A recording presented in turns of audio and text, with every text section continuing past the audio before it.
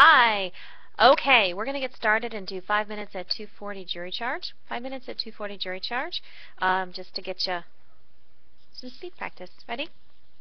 Before we begin this trial, I want to tell you that this trial probably will be different from what you might expect. Many people do not have the chance to attend actual court sessions as you are doing now, and may think from watching television or movies or reading books that trials are always full of high drama, intense action, and riveting circumstances. While all of these things may be true at times, this trial is not for entertainment. It is a fundamental part of our democracy, a search for the truth in an effort to make sure that justice is done between the parties before the court. Searching for the truth and making sure that justice is done is often slow, deliberate, and repetitive, the opposite of what you may have seen on television or in movies or read in books. This courtroom is a place of honor, dedicated to the protection and preservation of citizens' rights through what many have called the greatest justice system ever created. The attorneys are appearing before you are advocates for the parties they represent, but first and foremost they are officers of the court, sworn to uphold the integrity and fairness of our judicial system.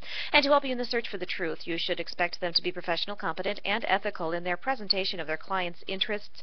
Remember that you have taken an oath to try this case and reach a fair and just verdict, and you are also expected to be professional, reasonable, and ethical.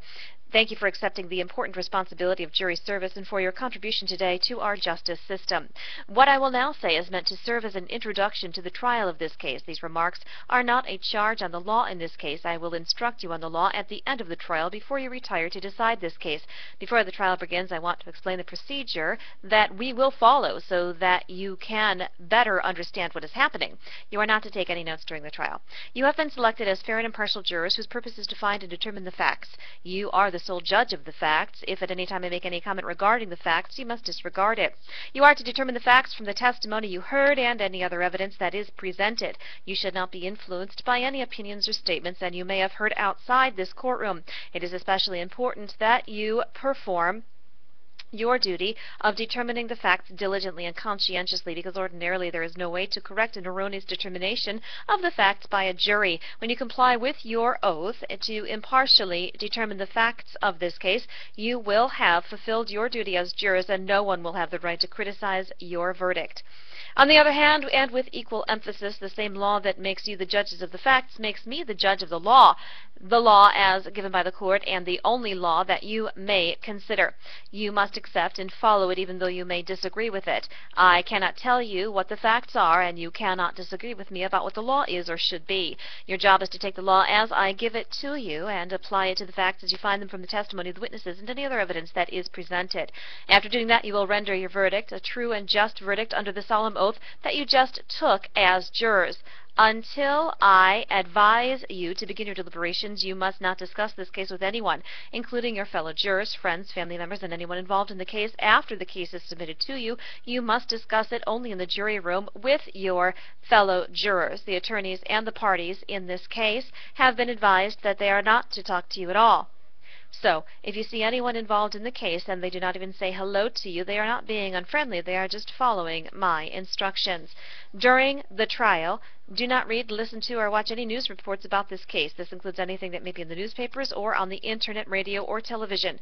You must not consider anything you may have read or heard about the case outside the courtroom, whether before or during the trial. It is important that you keep an open mind and not decide any issue in the case until all of the evidence has been presented, the parties have made their closing arguments, and I have instructed you on the law in this case. Now, in just a moment, the attorney for the plaintiff will make what is called an opening statement. The attorney will explain to you the issues in this case, or at least what the attorneys think the issues are in this case. The attorneys for the defendant will also make an opening statement. What the attorneys tell you during their opening statements is not evidence in this case. It is only their contention as to what the issues are.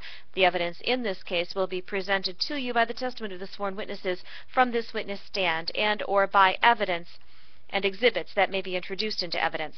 From time to time during the trial, you may hear one of the lawyers say something like, "Your Honor, I believe that we have a question of law or a matter of law to discuss with you," or "Your Honor, may we approach the bench?" Sometimes I myself might find it necessary to excuse you from the courtroom for a short while so that the attorneys and I can discuss a matter of law. The reason for this is because you are the judges of the facts in the case, and sometimes when I am discussing matters of law with the attorneys, it may be necessary for me to make some comment as to their facts in connection with ruling whether or not a particular law applies.